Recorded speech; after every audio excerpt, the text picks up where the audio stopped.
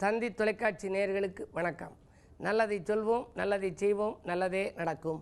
ஒரு வாழ்க்கையில் நல்லது நடக்க வேண்டும் என்று சொன்னால் நல்லதை சொல்ல வேண்டும், நல்லதை செய்ய வேண்டும். அந்த அடிப்படையில் இன்றைக்கு 6/1/2017 வெள்ளிக்கிழமை ரேவதி நட்சத்திரம் மதியம் 12:27 வரை, பிறகு அஸ்வதி நட்சத்திரம். இன்றைக்கு நான் உங்களுக்கு சொல்ல இருக்கிற நல்ல கருத்து, வாழ்க்கை வளமாக வாழ்க்கை கணக்குன்னு ஒன்று இருக்குது. என்ன கணக்கு? எல்லோருக்குமே கணக்கு பாடம் படித்திருப்பீர்கள். ஆனால் எப்படி கூட்டிக் கொள்ள வேண்டும், எதை கழிக்க வேண்டும், எதை வகுக்க வேண்டும் என்பது வாழ்க்கை கணக்காக ஒருத்தர் சொல்லியிருக்கிறார். நல்லவற்றையெல்லாம் நீ கூட்டிக்கொள் அப்படிங்கிறார். வாழ்க்கையில் நல்லதெல்லாம் நீ கூட்டிக் கொள்ள வேண்டும்.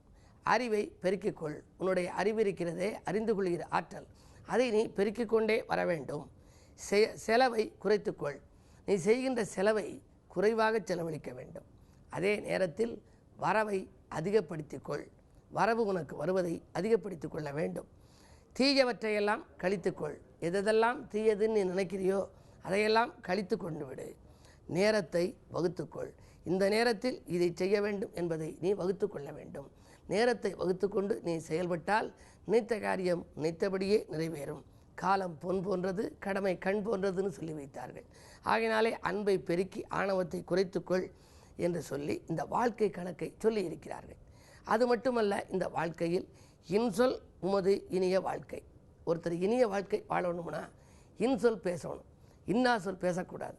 இன்னா சொல் பேசக்கூடாதுன்னு சொல்லி வள்ளுவர் அழகாக அறிவுறுத்துவார். கனி இருப்ப காய் கவர்ந்தற்று அப்படின்னு. கனி இருக்கின்ற பொழுது காயையே நம்ம தொடணும்.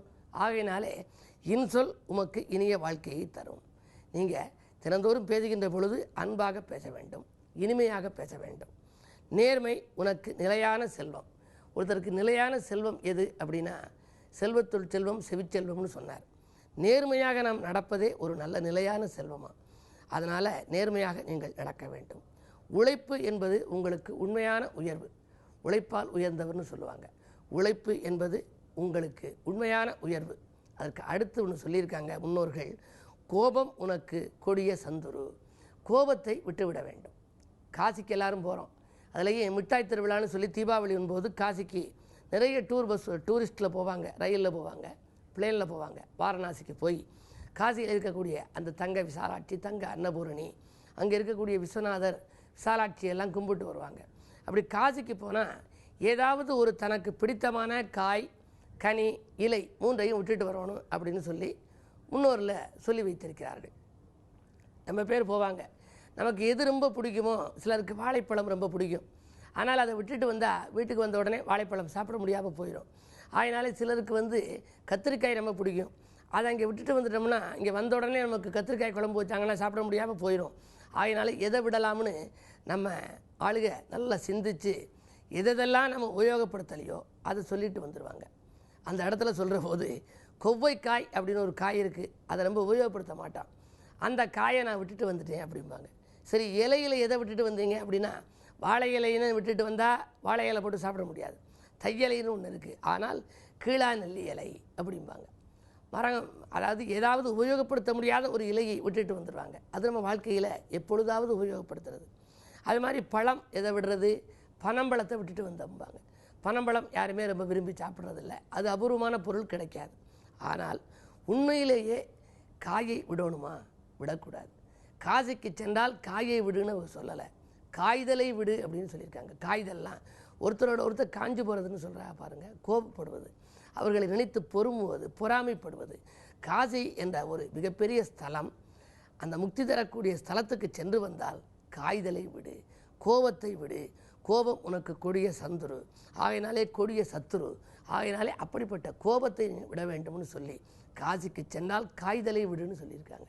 அது அந்த பழமொழி மாற்றப்பட்டு இப்போ காயை விட சொல்லி உபயோகப்படுத்துகிற காய், உபயோகப்படுத்துகிற பழம், உபயோகப்படுத்தக்கூடிய இலைகளை எல்லாம் விட்டுவிட்டு அவர்களுக்கு எதெல்லாம் வாழ்க்கையில் உபயோகப்படாதோ அதை தேடி கண்டுபிடித்து விட்டு வருவார்கள். ஆனால் உண்மையிலேயே உபயோகப்படுத்துகின்ற தனக்கு பிரியமான பொருளை விட்டு வருவது நல்லது. அதே நேரத்தில் கோபத்தையும் விட்டொழிக்க வேண்டும்.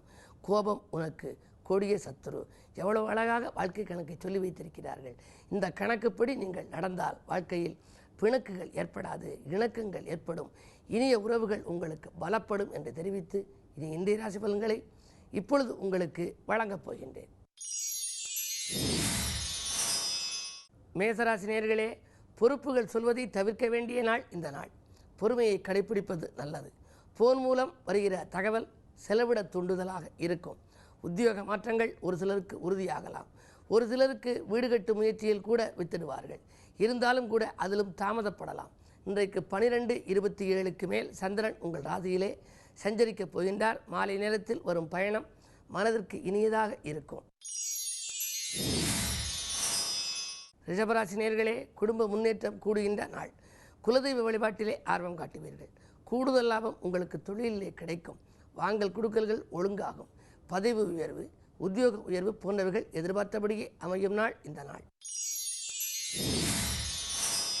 மிதுனராசி நேயர்களே, எதிர்பார்ப்புகள் எல்லாம் நிறைவேறுகிற நாள். இல்லத்தில் உள்ளவர்களாலும் உங்களுக்கு நன்மைகள் கிடைக்கும். இடம் பூமி வாங்கும் எண்ணம் நிறைவேறலாம்.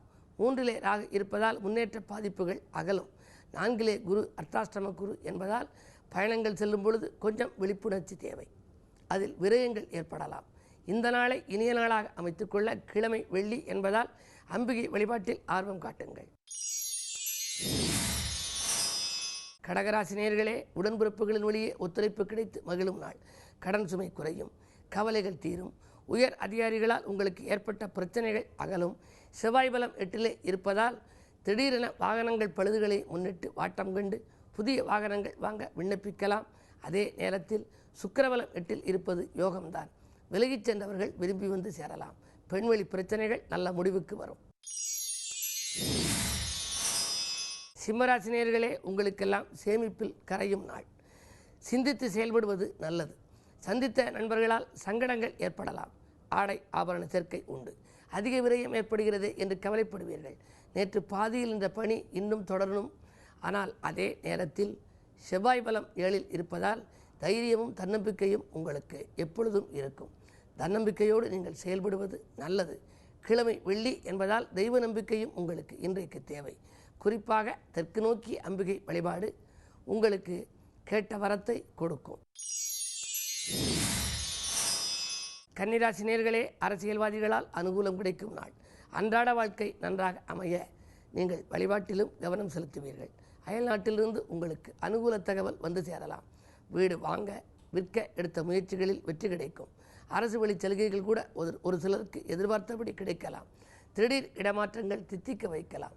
கேட்ட இடத்திற்கு உங்களுக்கு இடமாறுதல்கள் கிடைத்து மகிழ்ச்சி காணப் போகின்றீர்கள். துலாம் ராசி நேயர்களே, உங்களுக்கு ஆதரவுக்கரம் நீட்டுபவர்களின் எண்ணிக்கை கூடுதலாக இருக்கும் நாள். இன்றைக்கு ஆதாயம் தரும் காரியங்கள் ஒன்றன் பின் ஒன்றாக நடைபெறும். மங்கள ஓசை மனையில் கேட்க வழிபிறக்கும். விஐபிக்களின் ஒத்துழைப்போடு விரும்பிய காரியத்தை விரும்பியபடியே செய்து முடிப்பீர்கள். இந்த நாள் உங்களுக்கு ஒரு இனிய நாள்.